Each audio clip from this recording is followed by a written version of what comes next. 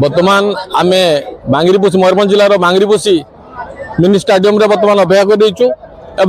आउ कि समय पर महामहिम राष्ट्रपति आसवे और तीन तीनोटी रेल प्रकल्प उन्मोचन करेंगे। महामहिम राष्ट्रपति आसवा बाट को बर्तमान लोक मैंने अपेक्षा कर हजार हजार जनता भिड़ एवं हजार हजार छात्र छात्री बर्तमान लाइन हो प्रवेश कर पड़िया भितर को बर्तमान यही पड़िया भितर जो जगह बर्तमान स्टेज हो स्टेज बर्तमान पूरा साजसज्जित हो रही अल्प समय मध्य महामहिम राष्ट्रपति यहाँ प्रवेश करेंगे और राष्ट्रपति आसला तीन तीन प्रकल्पर रेल प्रकल्प उन्मोचन करेंगे। आज बांगीरिपोषी गोरुमसाणी बुढ़ामरा चाकुलिया और बादामपाड़ केन्दुझर ये तीनोटी रेल प्रकल्पर भित्ति प्रशस्त स्थापन करेंगे और से बाट को बर्तमान जनसाधारण अपेक्षा कर देखु कि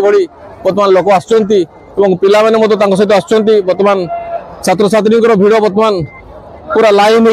जमी रही आसवा बाट को अपेक्षा कर रही बर्तमान आम से पड़िया बर्तमान अपेक्षा कर रही महामहिम राष्ट्रपति